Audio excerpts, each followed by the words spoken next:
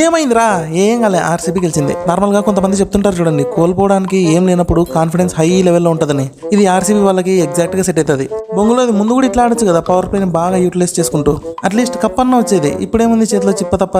అందుకే ఆచితూచి అడుగులేసి బాల్ని కొట్టాలి. సర్లే, ఇదంతా పక్కన పెట్టేసి మీరే న్యాయం చెప్పండి అబ్బా. మ్యాచ్ లో ఒక సీన్ జరిగింది, తెలిసిందే కదా. రన్అట్ చేసినప్పుడు షారుఖ్ ఖాన్ కి కోహ్లీ ఫ్లయింగ్ కిస్ ఇస్తాడు. యాక్చువల్ గా ఇలా చేయడం తప్పు కదా. సో కోహ్లీకి ఫైన్ ఇస్తారా లేదా ఇది తెలియాలి. ఎందుకంటే ఇదే మిస్టేక్ ని హర్షిత్ రాణా వేస్తే పెద్ద పనిష్మెంట్ ఇచ్చారు. 1 మ్యాచ్ కంప్లీట్ ఫీజ్ పే చేయాలి, at the same time 1 match suspension అనమాట. ఇక్కడ ఇద్దరు చేసింది ఒకటే తప్పు. సో పనిష్మెంట్ కూడా ఈక్వల్ గానే ఇవ్వాలి కదా ఇద్దరికి. మళ్ళీ ఇలా పిచ్చి పిచ్చిగా చెప్పకండి. కోహ్లీ ఫ్లయింగ్ కిస్ ని వెనకల నుంచి ఇచ్చాడు, కానీ హర్షిత్ రాణా ముందర నుంచి ఇచ్చాడు అని కంపేర్ చేయకండి. ఇద్దరిది సేమ్ మిస్టేక్. సో ఇద్దరికి కూడా ఈక్వల్ గానే పనిష్మెంట్ ఇవ్వాలి. చూద్దాం మరి ఇస్తారో లేదో. ఓకే, ఇప్పుడు మ్యాచ్ విషయానికి వస్తే గిల్ డిసప్పాయింట్ చేస్తేనే ఉన్నాడు అబ్బా. ఒక్క మ్యాచ్ కూడా సరిగ్గా ఆడట్లేదు. అందుకే నేను వరల్డ్ కప్ కి కూడా తీసుకోలేదు. రిజర్వ్ లో ఉన్నాడు అనుకోండి, అది వేరే విషయం. కానీ మంచిగా పర్ఫార్మెన్స్ ఇచ్చింటే మెయిన్ టీమ్ లోనే ఉండేవాడు కదా.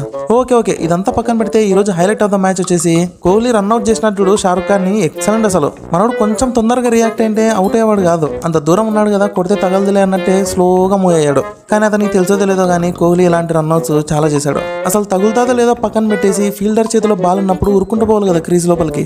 నెగ్లిజెన్స్ ఏం చేస్తాం, అందుకే ఓడిపోయారు. సర్లే కానీ పవర్ ప్లేలో ధన అని బాధినారు ఈ ఆర్సీబీ వాళ్ళు. పాపం లిటిల్ బౌలింగ్ లో అయితే కుక్కని కొట్టినట్టు కొట్టినారు. 6లు 4లు కొడుతుంటే మ్యాచ్ ని బాగా ఎంజాయ్ చేస్తున్నా. కానీ సడన్ గా మా రికార్డ్ ని ఆడ బ్రేక్ చేస్తారని భయం వేసింది. అంటే మా వాళ్ళు 6 ఓవర్స్ లోనే 120 కొట్టారు కదా, దాన్ని బ్రేక్ చేస్తారేమో అనుకున్నా. కానీ చేయలేకపోయారు. అండ్ ఇంకోటి ఏంటంటే 12-13 ఓవర్లకంతా ఫినిష్ చేస్తారేమో అనుకున్న మ్యాచ్ ని. కానీ వీళ్ళకి కూడా భలే తొందర ఎక్కువ. ఒక వికెట్ పడిన తర్వాత కూడా రన్ రేట్ 14-15 లోనే ఉంది. సో మెల్లగానే సరిపోతుంది. కానీ వచ్చినట్టే పెరుగుతున్నాడు, అవుట్ అవుతున్నాడు. సర్లే, అట్లీస్ట్ కోహ్లీ అన్న లాస్ట్ వరకు ఉండి గెలిపిస్తాడేమో అనుకున్నా. కానీ మనోడు కూడా గోవిందనే. హైలైట్ థింగ్ ఏంటంటే విరాట్ కోహ్లీ, డూప్లెసీ వీళ్ళిద్దరే స్కోర్ మొత్తం కొట్టింది. అండ్ లాస్ట్ లో దినేష్ కార్తిక్. మిగతా ఎవ్వరు కూడా సరిగ్గా ఆడలే. ఒకవేళ వీళ్ళిద్దరు కూడా ఆడకపోయి ఉంటే మ్యాచ్ ఖచ్చితంగా ఎత్తిపోయేది. ఏం లేదబ్బా, వీళ్ళు ఏమనుకుని ఉంటారంటే మ్యాచ్ ఒక 10 ఓవర్లలో ఫినిష్ చేసి ఇంకో కొత్త రికార్డ్ ని క్రియేట్ చేద్దాం అనుకుని ఉంటారు. కానీ సీను ఉల్టా అయింది. ఒక్కసారికి వికెట్స్ అన్ని ధనాధన పడడం వల్ల ఫ్యాన్స్ అందరూ ఏడుపు ముఖం పెట్టారు. కానీ చూడండి అబ్బా, దినేష్ కార్తిక్ గానీ అవుట్ అయింటే వేరే వాడు ఎవరు లేడు కొట్టేటోడు. కొంచెం మైక్ పగడ్బందీగా ప్లాన్ చేసి వేసింటే కంట్రోల్ చేసేవాళ్ళేమో. లక్ బాగుండే గెలిచినారు వీళ్ళు, తెలుసా.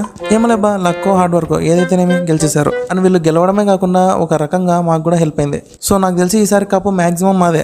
ఓకేనా? మిగతా వాళ్ళు బాధపడకండి, నెక్స్ట్ టైం కొట్టుకోండి. అంతేనండి. That's all for today. Video నచ్చితే ఖచ్చితంగా లైక్ చేయండి, షేర్ చేయండి అండ్ సబ్స్క్రైబ్ కూడా చేయండి అబ్బా. ఓకేనా? ఉంటా మరి. Tata bye, have a good day.